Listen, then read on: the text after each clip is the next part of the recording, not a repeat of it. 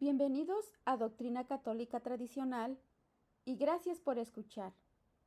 No olvide darle like al video para que esta plataforma lo pueda recomendar a más personas. Comenzamos con nuestras oraciones. Pater noster qui es in celis, sanctificetur nomen tuum, adveniat regnum tuum, fiat voluntas tua, sicut in cielo et in terra. Panem nostrum quotidianum da nobis hodie, et dimiti nobis debita nostra, sicut et nos dimittimus debitoribus nostris, et ne nos inducas in tentationem, sed libera-nos a malo.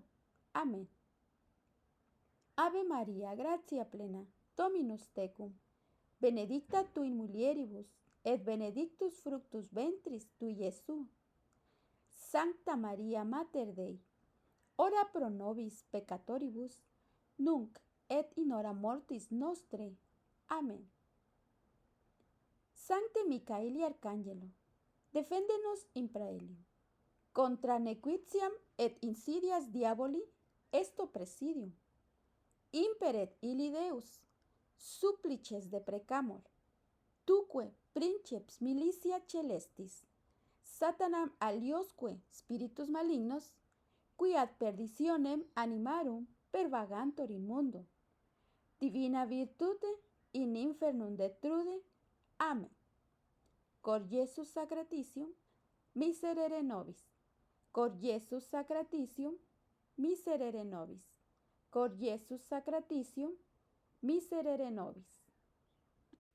Aníbal Bugnini, sepulturero de la Misa Católica.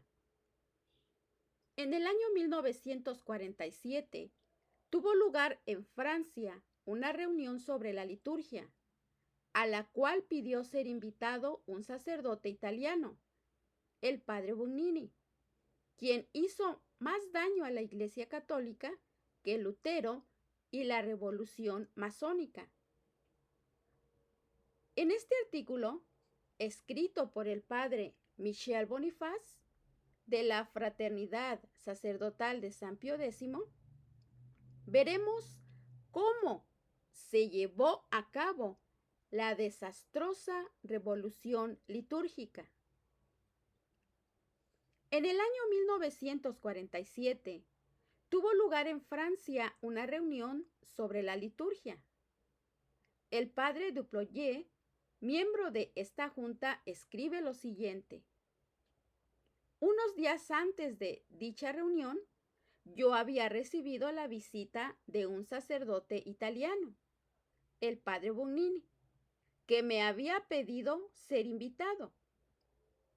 El padre escuchó muy atentamente, sin decir una palabra, durante 4 días.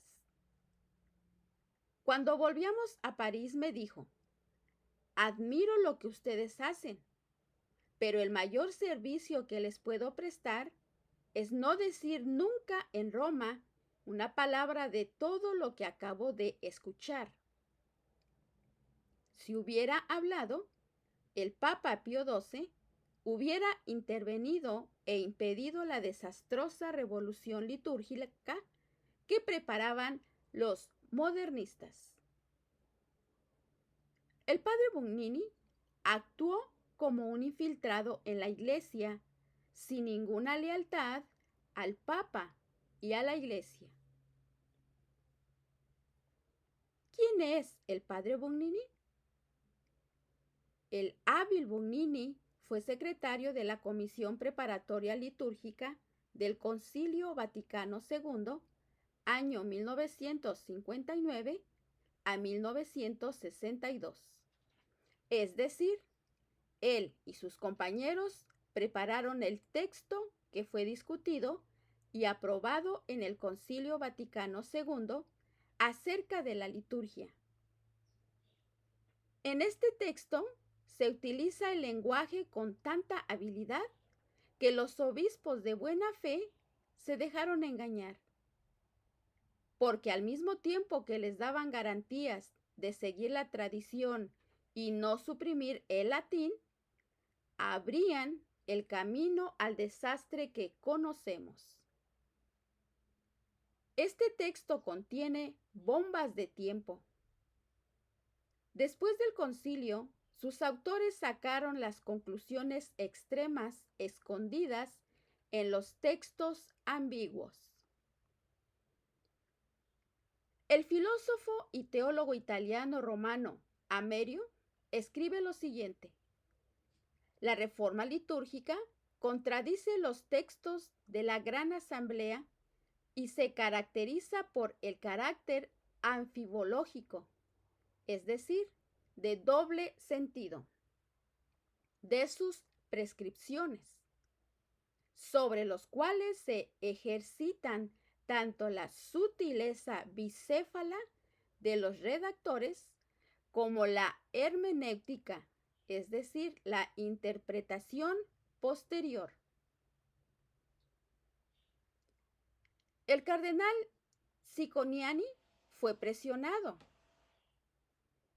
El padre Bugnini dice que el cardenal Gaetano Cicognani, entre comillas, dudó y quiso volver a leer el texto definitivo del esquema sobre la liturgia que iba a ser presentado al concilio. Pasó una semana sin aprobarlo. Finalmente, el 1 de febrero de 1962 lo firmó.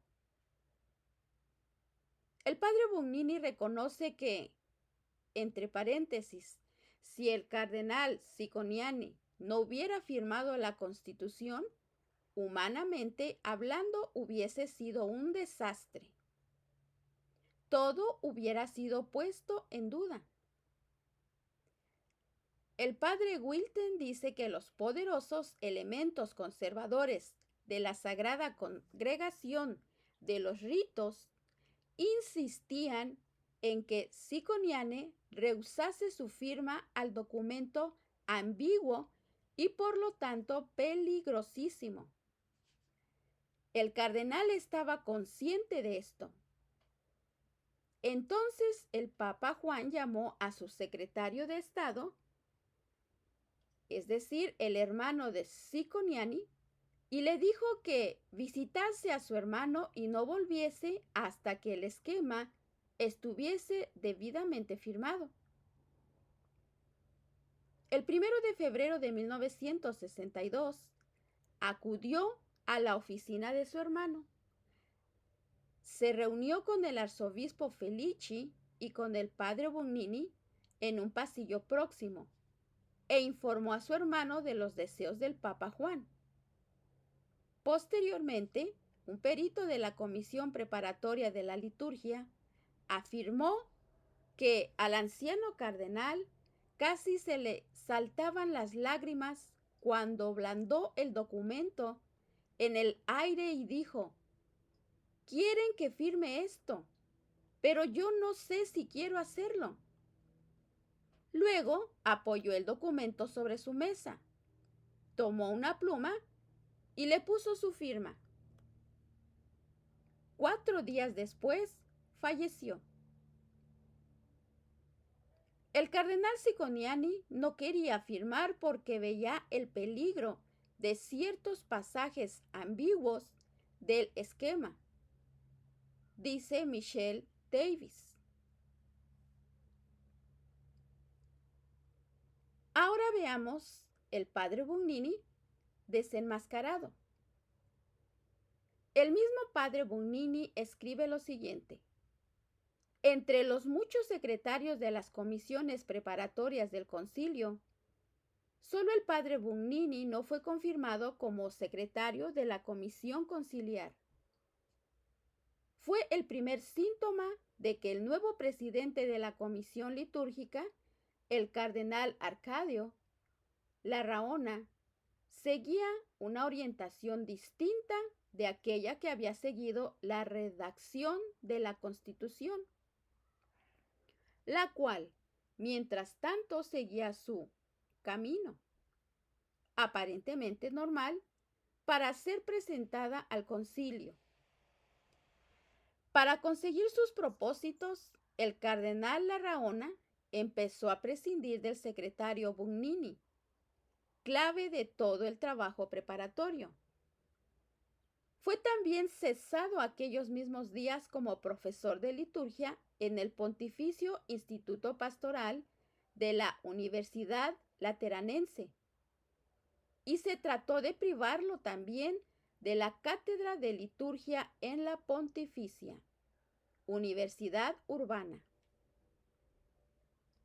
La base de esta acción represiva era la acusación de progresista, extremista e iconoclasta, insinuaciones susurradas a media voz, acusaciones lanzadas de vez en cuando en la Sagrada Congregación de Ritos o en la de los seminarios o en el Santo Oficio, pero sin ninguna prueba y sin justificación clara de tan grave proceder. Las ruinas de la liturgia romana prueban que Bugnini fue extremista peor que Lutero. Los cardenales modernistas Bea y Lercano lo defendieron delante del Papa Juan XXIII, pero sin resultado. Ahora veamos Bugnini y Pablo VI. En 1963, Pablo VI nombró a este lobo como secretario del concilio, organismo encargado de poner en aplicación la Constitución sobre la liturgia.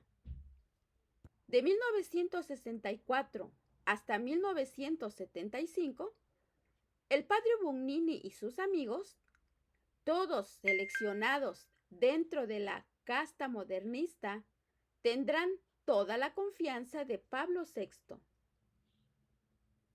Desde 1964 pusieron en aplicación la Constitución sobre la liturgia, que afectó a toda la Iglesia del rito latino en general, a todas las iglesias locales, desde el Papa hasta el último recién bautizado. Sin embargo, el concilio, en la famosa Constitución Sacrosanctum Concilium, había dicho lo siguiente: no se introduzcan innovaciones si no lo exige una utilidad verdadera y cierta de la Iglesia, y solo después de haber tenido la precaución de que las nuevas reformas se desarrollen, por así decirlo, así orgánicamente, a partir de las leyes ya existentes. Número 23. Se conservará el uso de la lengua latina en los ritos latinos, salvo derecho particular. Número 36. La Iglesia reconoce el canto gregoriano como el propio de la liturgia romana. Número 16. No se ha tenido ninguna cuenta de todo esto. De hecho, dice el padre Bugnini que la comisión litúrgica preparatoria era tenida en la curia romana por el enemigo número 1 de la lengua latina. Pero para defenderse de esta calumnia, dice Bugnini, la comisión publicó el 4 de marzo de 1961 el texto siguiente. Y cito: el latín debe ser conservado de modo absoluto para uso del clero. La lengua vulgar en la liturgia para los fieles será introducida conforme a los principios formulados por Pío XII en la Mediator Dei. Finalmente, después de la fabricación de la nueva misa, el padre Bugnini fue secretario de la Sagrada Congregación del Culto Divino, año 1969 a 1975, puesto clave para poder imponer sus cambios, en nombre del Santo Padre, a los sacerdotes clarividentes que se resistían a aceptarlos. A su caída y destierro, Bugnini fue masón? A mediados de julio de 1975, Monseñor Bugnini, ya arzobispo, entre comillas, se retiró de puntillas de la habitación que había ocupado durante años para hacer la reforma de la liturgia. Su servicio a la liturgia se terminaba inesperada, casi dramáticamente, sin ninguna explicación posible. En enero de 1976, para enmascarar su destierro, fue mandado como pronuncio apostólico en Irán, mientras que su compañero Antonelli era nombrado cardenal. Bugnini, el secretario perpetuo de todos los cambios, estaba desterrado. ¿Qué había pasado? Bugnini fue acusado de ser masón. Él se defendió. Pero lo que no se explica es que Pablo VI, quien siempre lo apoyó, ¿por qué de un día para otro lo desterró, tomando una medida tan drástica? Masón o no, de todos modos, hizo más daño a la Iglesia Católica que Lutero y la Revolución Masónica. Lo que hizo Bugnini y los liturgistas modernistas, entre comillas, la gente más idealista e inofensiva con que cuenta la Iglesia, es una revolución en tiara y capa con la cruz en la mano, en nombre de la Iglesia y del Papa. El movimiento litúrgico desviado tuvo con Bugnini una influencia decisiva, nefasta para toda la Iglesia. En 1968, el cardenal Antonelli había escrito acerca de los supuestos reformadores lo siguiente: lo que es triste es un dato de fondo, una actitud mental, una postura preestablecida. Y es que muchos de los que han influido en la reforma y otros no tienen amor alguno, veneración alguna por la que nos ha sido transmitido. Tienen de entrada menosprecio por todo lo que hay actualmente. Una mentalidad negativa, injusta y perjudicial. Desgraciadamente, también el Papa Pablo VI está un poco de esa parte. Tendrán todas las mejores intenciones, pero con esta mentalidad son llevados a derribar y no a restaurar.